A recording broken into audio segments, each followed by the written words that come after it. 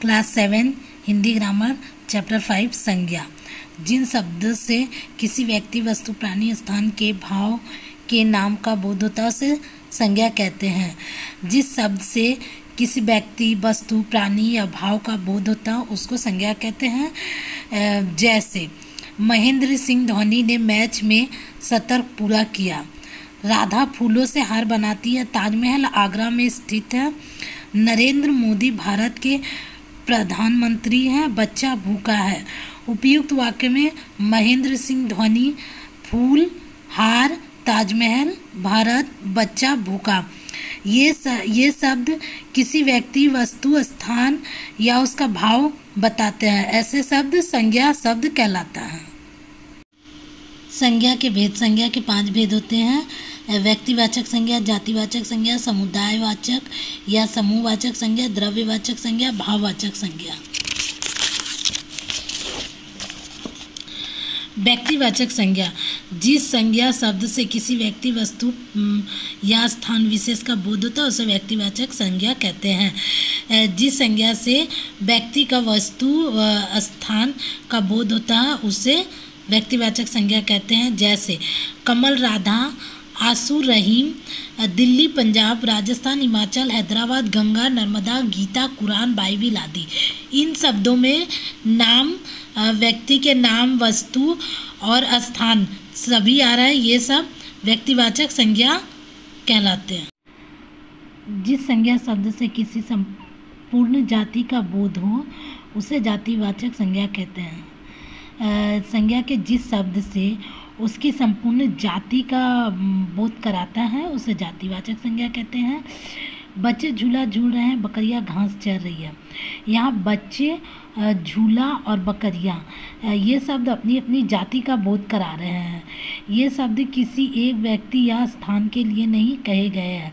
यहाँ पर बच्चे, झूला और बकरियां जो है वो अपना जाति का बोध कराता है। ये सब एक व्यक्ति या स्थान के लिए नहीं है बल्कि उसके संपूर्ण जाति के लिए है।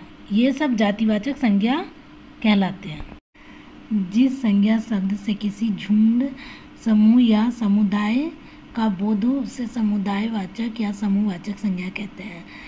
संज्ञा का जिस शब्द से झुंड, समूह मतलब बहुत सारे लोग, भीड़, ऐसा भीड़ जैसे का बोध होता है उसे समुदायवाचक या समूहवाचक संज्ञा कहते हैं। जैसे सेना ने शत्रु पर आक्रमण कर दिया। स्टेशन पर बहुत भीड़ थी। यहाँ सभा, भीड़ तथा सेना शब्द किसी एक व्यक्ति के लिए नहीं अपितु एक विशेष समूह या झुंड के लिए प्रयोग किए जा रहे हैं। ये सब समुदायवाचक संज्ञा है। द्रव्यवाचक संज्ञा।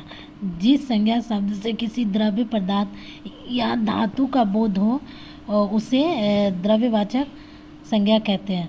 संज्ञा के जिस शब्द से किसी द्रव्य, पदार्थ या धातु का बोध कराता है इसको द्रव्यवाचक संज्ञा कहते हैं। जैसे घी, तेल, पानी, चावल, दाल, गेहूँ, सोना, चांदी, पीतल, तांबा, मिट्टी, लोहा, लकड़ी, ऊन आदि। ये सब जो है द्रव्य, पदार्थ और धातु का बोध कराते हैं। ये सब द्रव्यवाचक संज्ञा में आते हैं। जिस संज्ञा शब्द से किसी गुण, भाव या दशा का बोध हो से भाववाचक संज्ञा कहते हैं। संज्ञा के जिस शब्द से किसी का गुण, उसका भाव, उसका दशा का बोध कराता है उसको भाववाचक संज्ञा कहते हैं। जैसे मित्रता, बचपन, अच्छाई, सर्दी, हंसी, खेल, क्रोध, सतुता, लंबाई, बुढ़ापा, प्रशंसा आदि। इन सब शब्दों में गुण, भाव, दशा का ज्ञान कराती है और ये सब भाववाचक संज्ञा में आते हैं। भाववाचक संज्ञा शब्दों की रचना। भाववाचक संज्ञा शब्द 4 प्रकार के शब्दों से बनता है। जातिवाचक संज्ञा से, सर्वनाम से, क्रिया से, विशेषण से। भाववाचक संज्ञा जो है वो 4 तरह के शब्द से बनता है। जातिवाचक संज्ञा से, सर्वनाम से, क्रिया से, विशेषण से। जातिवाचक संज्ञा से भाववाचक संज्ञा बनाना। जातिवाचक, भाववाचक। व्यक्ति, व्यक्तित्व, स्त्री, स्त्रीत्व, बच्चा, बचपन, युवा, यौवन। सर्वनाम शब्दों से भाववाचक संज्ञा शब्द बनाना। जातिवाचक, भाववाचक। स्व, स्वत्व, निज, निजत्व, अपना, अपनापन। क्रिया शब्दों से भाववाचक संज्ञा शब्द बनाना। पढ़ना पढ़ाई, थकना थकावट, सिलना सिलाई, काटना कताई।